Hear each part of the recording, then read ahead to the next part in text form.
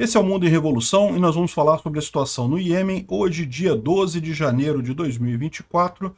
São 11 horas da manhã aqui no Rio de Janeiro, 5 horas da tarde lá em Aden, no Iêmen, e os Estados Unidos fizeram um grande ataque contra os Houthis lá no Iêmen, Estados Unidos junto com a Inglaterra, numa coalizão que envolveu, além dos dois que lideraram a coalizão, mais uma série de países. Foram pelo menos 12 alvos distribuídos em 4 cidades, a maior parte dos alvos na cidade de Saná, que é a cidade que foi escolhida pelos Houthis como sua capital, né? A gente vai explicar um pouco a questão da guerra civil que está acontecendo aqui no Iêmen desde 2015, quem são as 3 facções que estão em briga aqui, e por que o problema, no final das contas, são os Houthis, que têm atacado seguidamente os navios comerciais que passam aqui pelo Mar Vermelho em direção ao Canal de Suez. Isso está gerando problemas no mundo todo em termos de aumento de custo de comércio, dificuldade de fazer comércio, enfim, é algo que afeta todo o mundo, né? É muito bom que os Estados Unidos e a Inglaterra tenham liderado essa coalizão para resolver esse problema, estava na cara que isso ia ser necessário. E a grande dúvida de todo mundo é: o Irã vai deixar passar isso ou vai dar problema, né? Vamos ter a Terceira Guerra Mundial ou vai ficar só os Estados Unidos destruindo os Houthis no Iêmen? Vamos entender esses assuntos, vamos falar sobre essas e outras notícias em detalhes. Essas notícias foram sugeridas por Mestre Ata, Revoada de Drones Suicidas e várias outras pessoas. Obrigado aí ao pessoal que sugeriu as notícias lá no nosso site, no wrevolving.com. Obrigado a você que está assistindo o nosso vídeo. Se você gosta do nosso conteúdo, por favor, deixe o seu like e se inscreva aqui no canal, né? Pois bem, então vocês sabem, vamos fazer uma recapitulação antes de falar do que aconteceu ontem, porque a essa altura vocês já viram o que aconteceu ontem, né? Foi um grande bombardeio, os americanos já tinham dado um ultimato para o pessoal dos Houthis ali no Iêmen, eles ignoraram completamente o ultimato e os Estados Unidos fizeram um grande ataque. Mas o que está acontecendo aqui no Iêmen, né? Como vocês podem ver, existem 3 facções aqui brigando pelo governo do Iêmen. O Iêmen, ele tem, historicamente, ele sempre teve uma divisão muito grande entre o norte, que é essa região aqui, e o sul, que é a região, via de regra, tomada pelo azul e pelo verde aqui. Essa região é uma região muito mais povoada do Iêmen. O resto do Iêmen tem menos população, mas sempre teve historicamente essa divisão aqui, né? E o que aconteceu? Em 22 de março de 2015, houve uma eleição no Iêmen.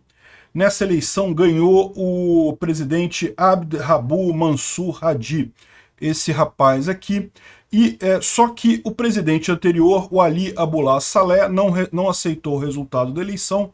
Houve uma briga entre essas 2 facções, né? O que são essas 2 facções? O Hadi, que é teoricamente o presidente reconhecido do Iêmen, né, que ganhou a eleição, ele é o cara que domina essa área azul aqui do mapa. E o presidente anterior era o Ali Abdullah Saleh. Ele é o grupo que domina a área verde aqui no mapa, que já foi maior, tá? Quando começou essa briga, a área verde era essa área vermelha nesse mapa aqui. O mapa está com uma chave de cores diferentes aqui. E o governo novo era essa região aqui, mais ao sul aqui. E os Houthis se rebelaram logo de cara, aproveitaram. Os Houthis, eles apoiavam o novo presidente, o Hadi. Só que quando teve a briga entre os 2 lados, eles viram a oportunidade e também se rebelaram. E daí ficou essa grande briga ali no Iêmen, que está durando até hoje, né? Hoje, a briga foi muito feia em 2015, 2016. Depois houve as coisas ficaram um pouco mais calmas desde então, mas o conflito ficou congelado.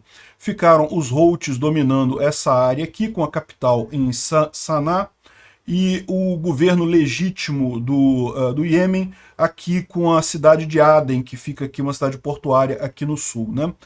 Ainda tem rebeldes do lado verde aqui, que era do antigo presidente, mas a verdade é que a essa altura o problema entre o grupo verde e o grupo azul aqui já não é tão grande assim. O grande problema na região virou os Houthis, né? Os Houthis são um grupo xiita numa região dominada por sunitas. Vocês sabem, os muçulmanos têm essa divisão histórica, né? E os xiitas foram apoiados pelo Irã Então o Irã apoia esse grupo vermelho dos Houthis aqui. Os outros dois grupos acabaram ficando... hoje em dia não tem mais tanto problema, mas é lógico, eles não controlam o país todo, né? E como eu disse, essa área aqui é a área mais povoada, com mais indústria, mais população do Iêmen, né? Enfim, essa era a situação. O conflito estava relativamente parado aqui, já faziam alguns anos. E o que aconteceu? Quando teve o ataque do Hamas contra Israel no dia 7 de outubro, vocês sabem, o Hamas é apoiado abertamente pelo Irã, da mesma forma que os Houthis aqui no Iêmen. Então os Houthis declararam guerra contra Israel, declararam apoio ao Hamas e lançaram uma série de mísseis, uma série de drones contra Israel na época.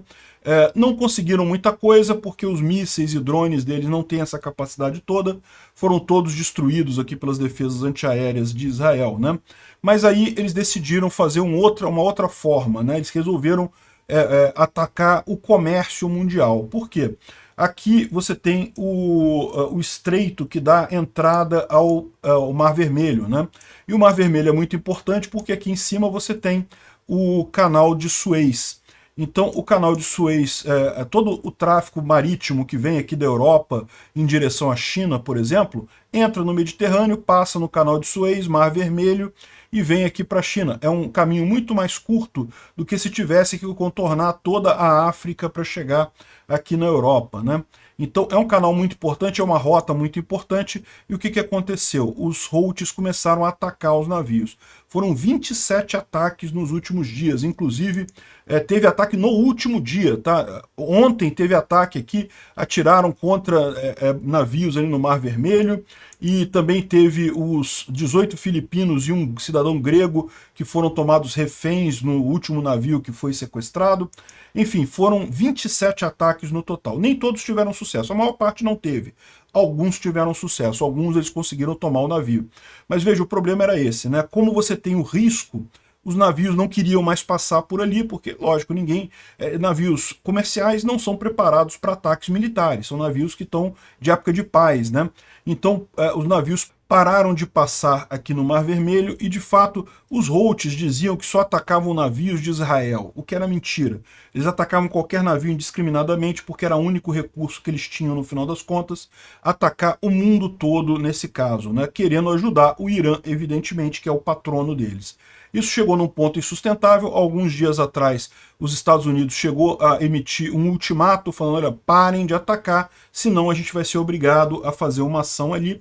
E quando saiu esse ultimato, eu até falei, olha, isso aqui evidentemente vai ser ignorado pelos Houthis, mas é o alerta americano indicando que eles vão fazer uma ação em seguida. E de fato, os Houthis continuaram atacando navios aqui na entrada do Mar Vermelho. E o que aconteceu ontem foi justamente que a Casa Branca mandou uma notificação para o Congresso.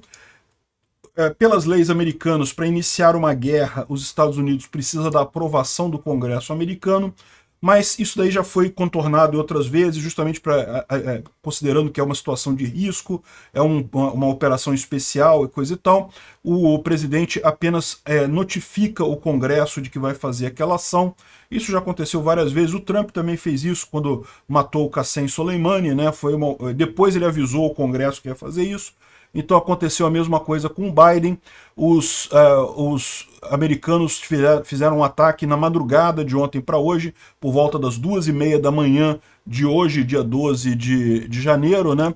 Eles fizeram ataques contra o grupo terrorista, né? Tem algumas imagens aqui de ataques, mas eu quero lembrar vocês que isso aqui é tudo imagem da internet. A gente não tem imagens oficiais ainda desse ataque.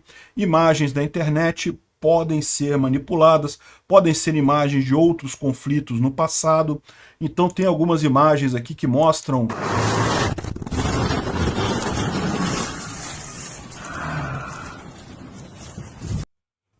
explosões muito grandes ali, supostamente em Saná, tá vendo? Grandes explosões e coisa e tal, mas isso não necessariamente é a imagem de ontem, tá?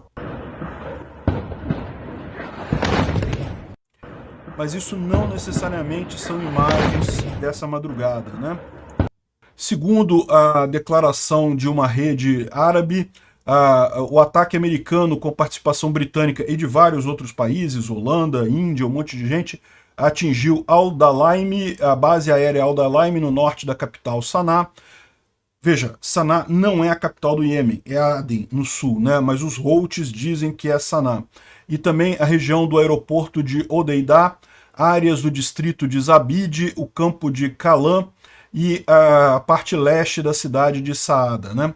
Eles não falam alvos que foram atingidos nessa área, mas, por exemplo, o fato de terem usado aeroportos tipicamente são áreas usadas para defesas antiaéreas e coisa e tal, então é possível que tenha sido isso que os americanos visaram, né? Tem esse mapa que foi compilado também por pessoal com informações da internet, então, novamente, não se fiem muito nesse mapa aqui, porque pode estar ainda impreciso, mas fala justamente que a maior parte dos ataques foi em Sanaa, com alguns ataques em outras cidades aqui também, né? Teriam sido um total de 12 alvos, 12 pontos específicos atingidos nesses ataques. Esse outro mapa aqui, ele resume em 4 locais que teriam sido bombardeados pelos americanos, né?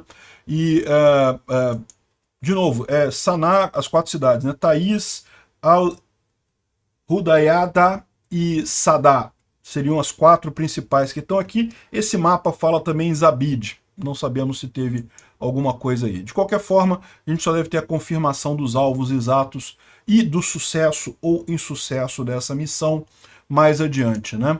Aqui mostra o momento da decolagem do avião de controle, né, americano. Esse avião é um avião radar, que fica monitorando tudo, aí os jatos também decolando para fazer os ataques. Foi uma série de jatos aqui decolando, né, dos porta-aviões do Eisenhower, que é que está ali na região, né?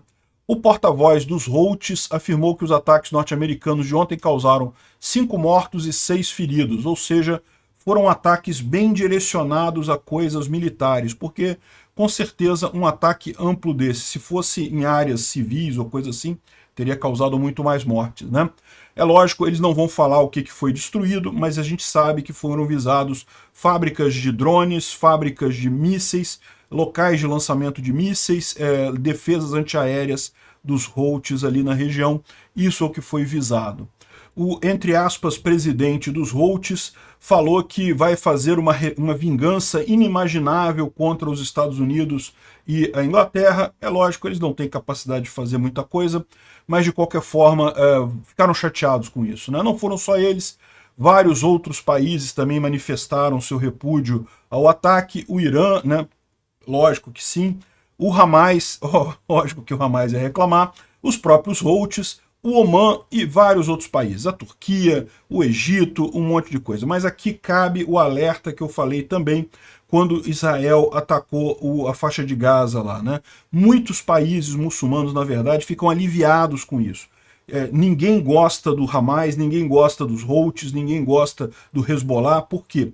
Porque são ligados ao Irã, são grupos terroristas ligados a um país xiita que não é da maioria sunita dos muçulmanos da região. Então, na verdade, esses países gostam disso. Qual que é o problema? A população torce a favor do Hamas, torce a favor dos muçulmanos, então os presidentes ficam naquela situação que eles não podem, eles têm que condenar, eles falam, não, que é muito ruim, não sei o que lá, mas na prática eles gostaram disso. Por exemplo, o cara do Egito, que condenou, falou que foi desproporcional e não sei o que lá, o Egito, a maior renda do país, do Egito, é a passagem de navios pelo estreito aqui, pelo canal de Suez.